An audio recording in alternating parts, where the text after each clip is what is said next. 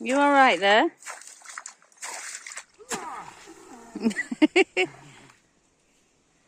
Tens que lhe dar com mais força, ó Walter.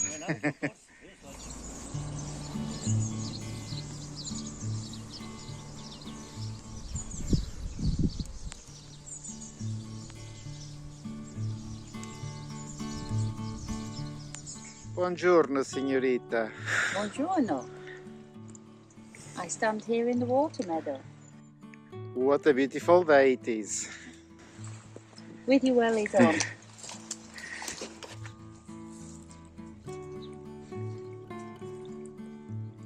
Show me the plant you're going to make a tea with. I'm not going to make a tea with it. Can you do another ID with it? We're not plant experts, so we could be wrong, but we think it's water hemlock dropwort. And it's more common than you would think. It's found all over Europe and the UK, particularly in wetlands. Luckily, poisonings are rare. But some people have died from eating the roots or tubers, so we'll be avoiding that. Anyway, it's better to be safe than sorry, so we've got a management plan in place to deal with it and definitely won't let it go to seed. Hi everyone, welcome to Central Portugal and our channel Tea and Tinto. I'm Miko. And I'm Anita. We bought an abandoned stone house, which slowly we're renovating and updating to make it our home for years to come. In addition to the house and grounds, there are about 3 acres or 1.2 hectares of land that needs taming to make it more manageable.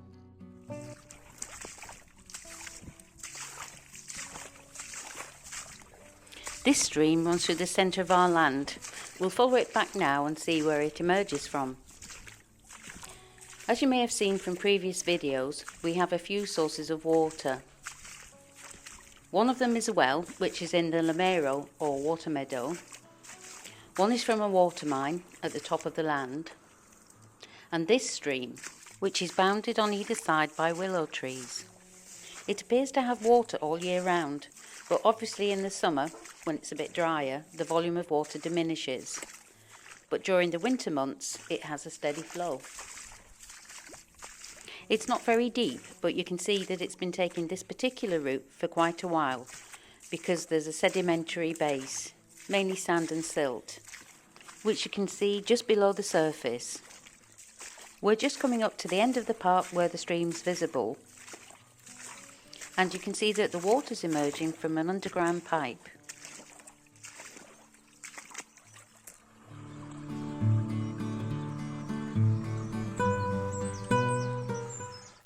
Let's go back to where we started.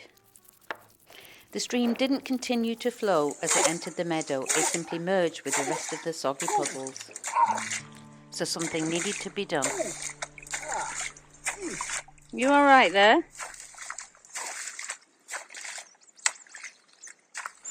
I was thinking about the Kung Fu movie. Sounds more like those Marines.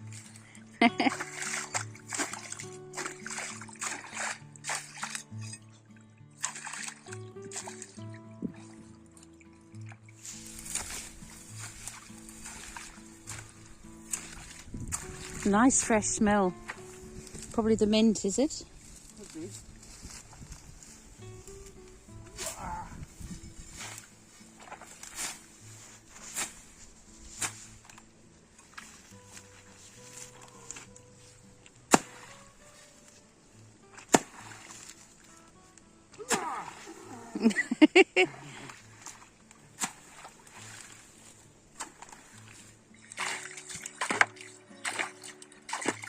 Did you have a look at the triangular orchard?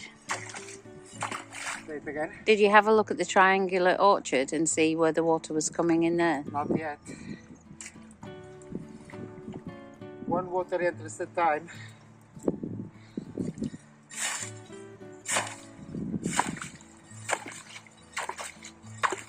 Didn't expect I was doing this today, actually.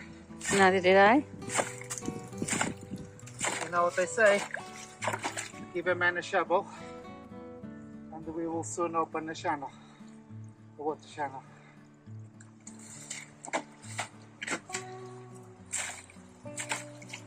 I don't know if anyone says that. I say it.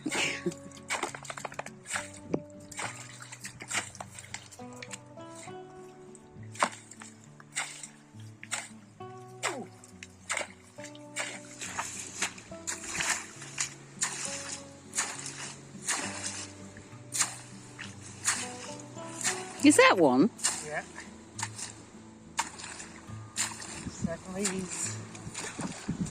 And Milka's just splitting the channel to make a little island in the middle.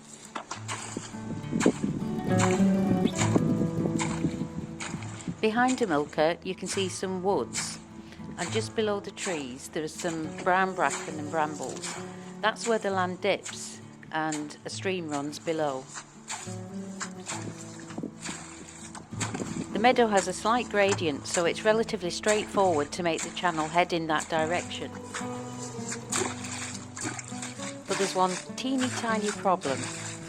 I like straight lines, and Milka likes everything wibbly wobbly.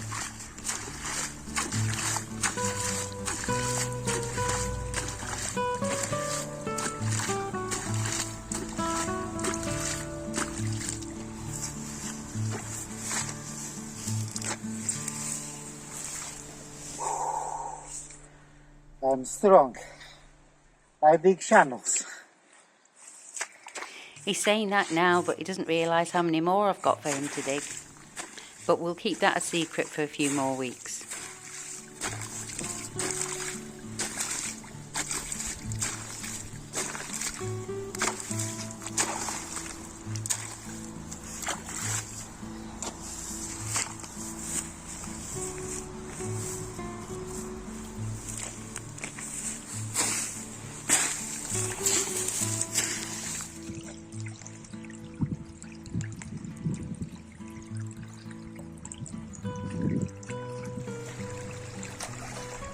The water's flowing nicely through already.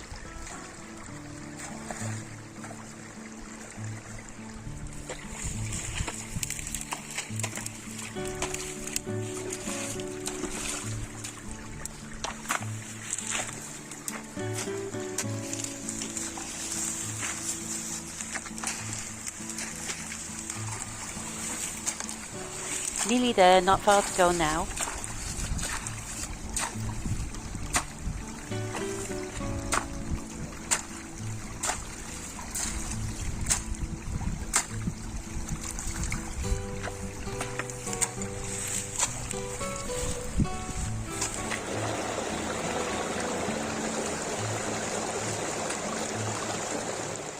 And now you can hear the water leaving the channel and dropping into the stream below.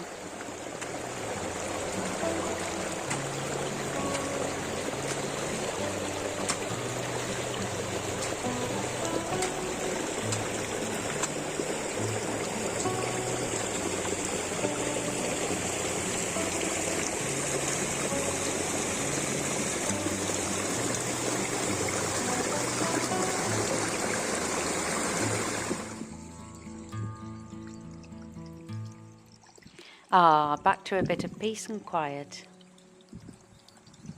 And a good job well done.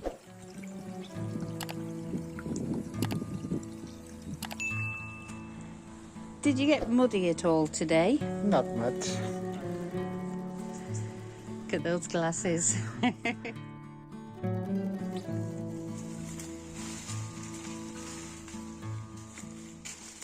I went out to the shops, and when I got back this was happening.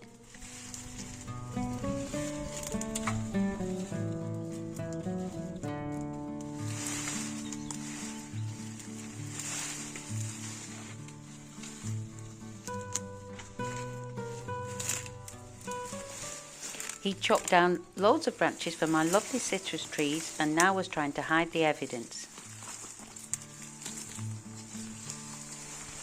Did you cut the tangerine tree down? Now you may be wondering why I'm throwing all the cuttings over onto the neighbour's land. Well, let me just tell you, it isn't the neighbour's land, it's ours. And we still have to deal with it afterwards. So let's carry on with the good work.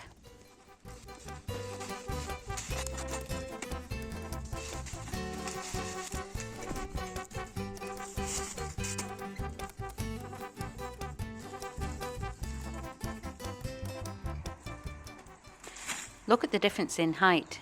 This side of the wall seems to be about 5 meters tall.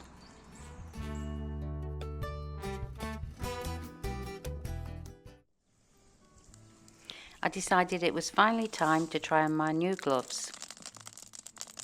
All the ivy and garden waste was moved away from the wall and we set a fire. The summers in Portugal can be very dry, and that means an increased risk of wildfires.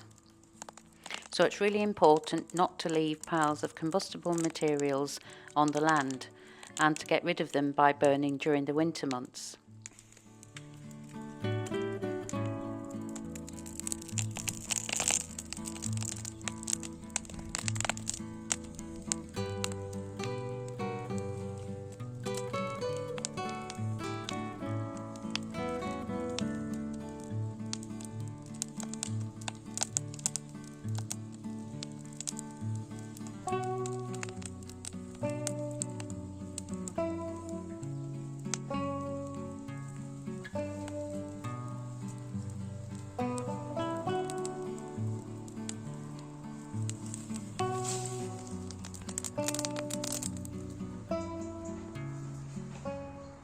And believe it or not, there is a bread oven in there and a fireplace. The ceiling had collapsed and many tiles were hanging on the balance, and that's the reason why I was wearing a red helmet. We couldn't get in, so we started attacking it from the outside. We also had some help from a very shady figure.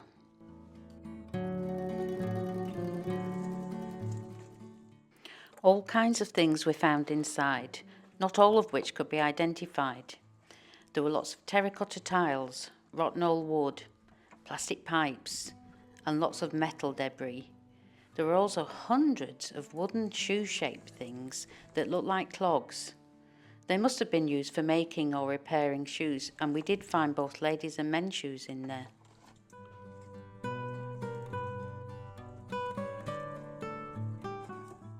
We also found some old buckets and some big glass demijohns. There was definitely liquid inside them. Don't shake it, just smell it. Yeah, right. No, it could be alright. Look at that colour. I've been told vintage wine is the best, but still Julio refused to try it. After removing bucket loads of rubble and debris, we're down to the last few items.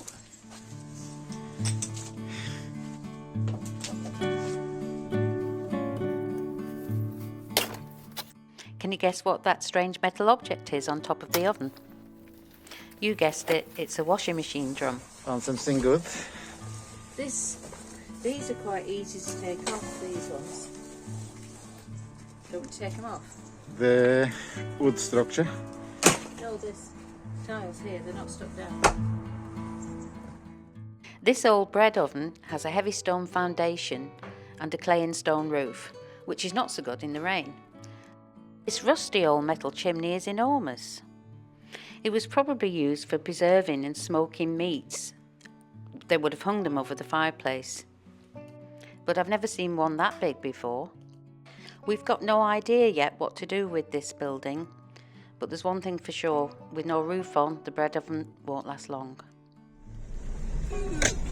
Milka?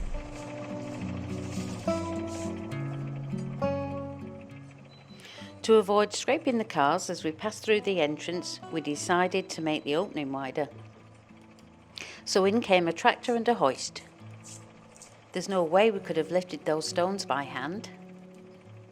Some of these large stones were moved to another location, and some were put to the side for rebuilding and making a good finish at the edge of the wall.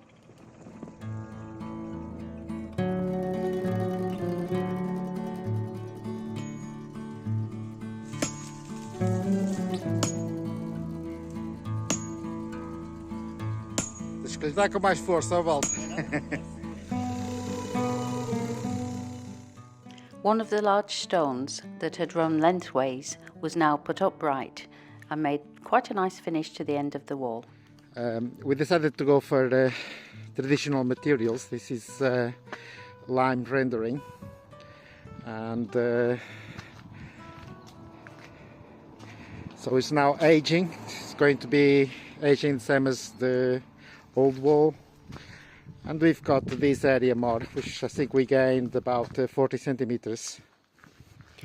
I know just over 1 foot doesn't sound a lot wider for all that work we put in, but it stops me having a nervous attack when a milker's driving through. Still have to put that gate away. I find a purpose for it.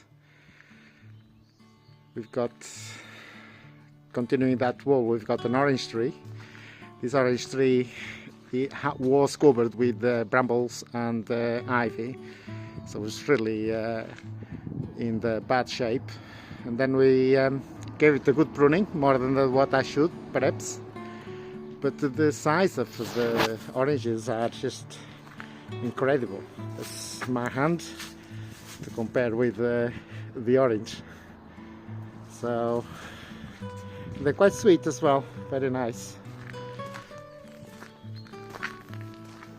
And that's the entrance to the house. Again, all stone steps.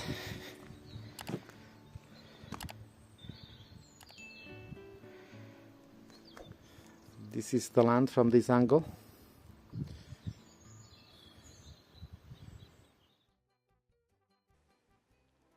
These old willows are in pretty bad shape. They've had years of abuse and had fencing tied to them and drilled down with nails. They've also had some pretty harsh pruning in the past. Some have grown into a tangled mess and some are diseased, and the only way to make everything look neater again is to cut down the ones that need cutting down and turn them into firewood, so that is a good use for them. But also the great thing about willows is that they do cope very well with coppicing and will grow back. We cut the branches into manageable size pieces and stack them in safe places to dry.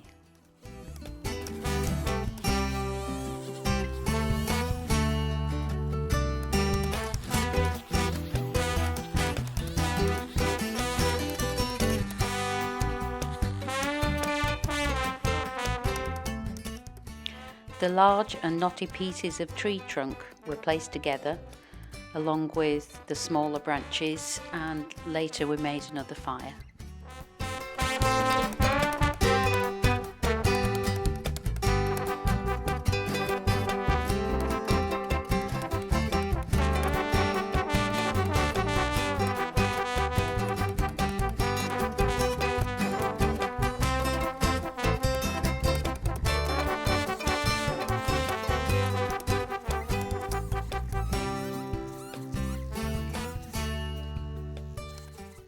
And after all that work was done, something special happened. We thought they'd come to celebrate all our hard work, but it was the annual procession of Saint-Braz.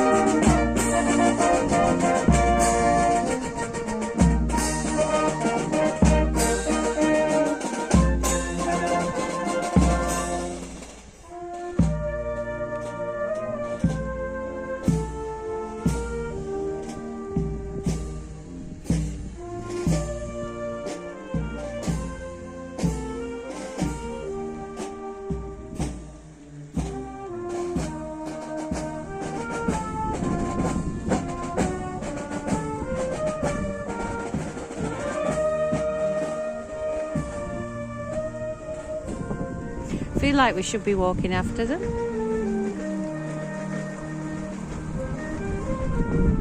You want to go after him?